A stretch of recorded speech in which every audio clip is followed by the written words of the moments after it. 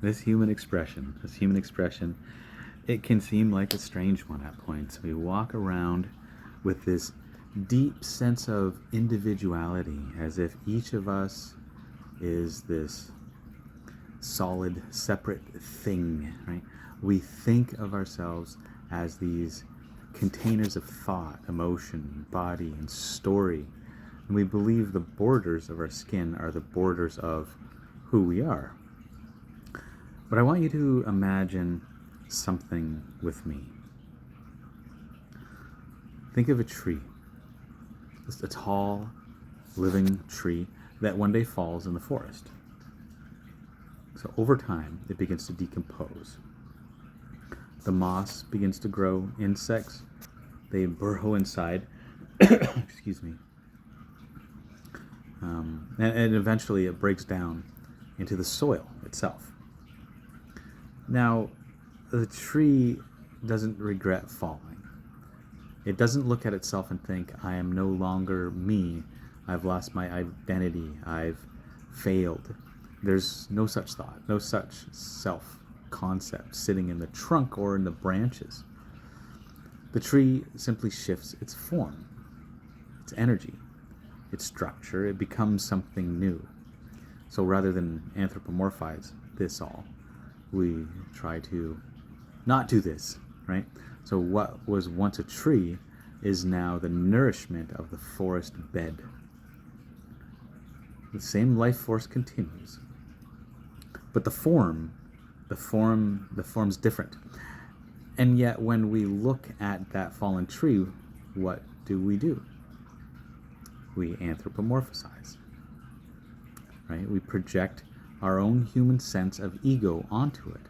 We imagine the tree as an individual who has died, who has lost its place, who is now something less.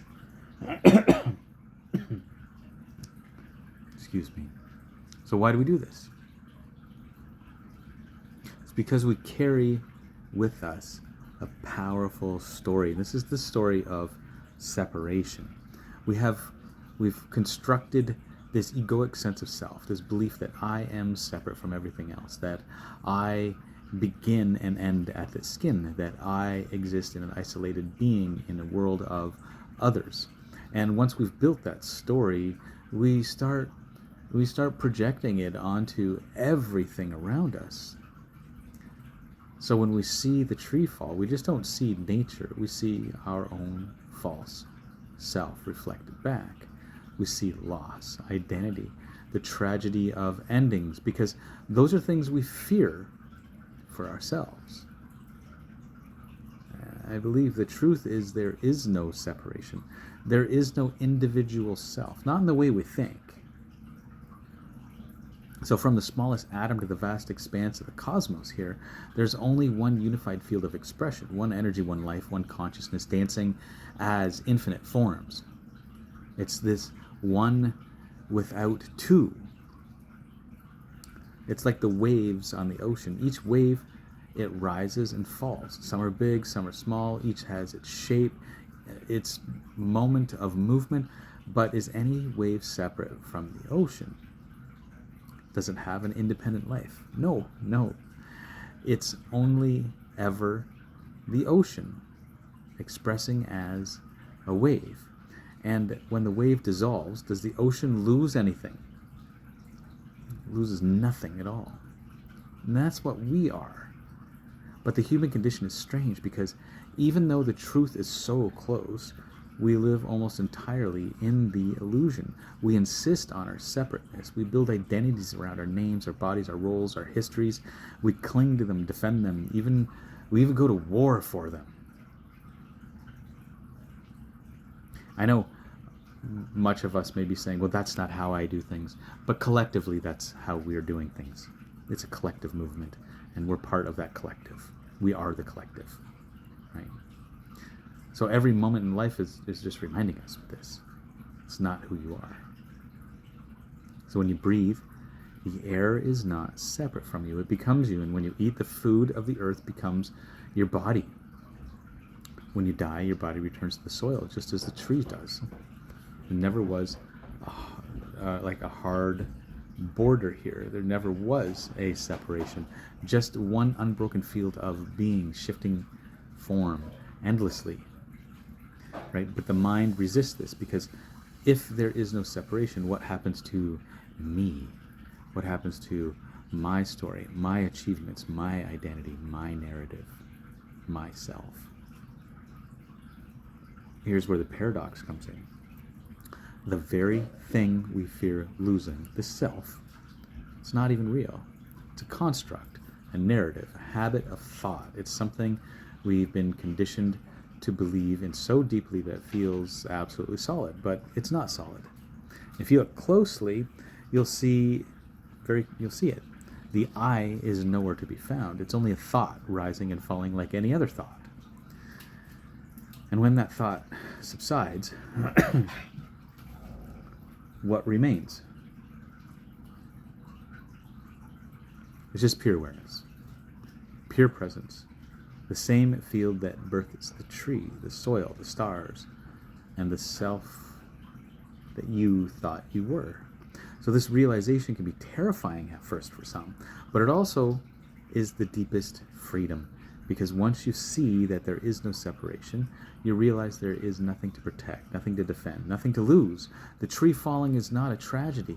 The wave dissolving is not a loss. The death of the body is not the end. It's just part of a continuum. It's all just the play of the one without two, right? So the strange thing is, we already know this. Somewhere deep inside, we always have known. So when you look at a sunset and lose yourself, when you listen to music that takes you beyond thought, when you meditate and touch that stillness, you've tasted it. So the self disappears, and what's left is is just vast and whole and timeless. That's what you are. So this human expression, sure, it's strange, because we are the ocean pretending to be a wave. We are the cosmos pretending to be a person. We are the one playing at being two. Now, in that moment, we stop projecting our false separateness onto everything. And we begin to see clearly. So the tree isn't dead, it's transformed. The self is not separate, it's whole. The cosmos is not many, it's just one. And that one is you.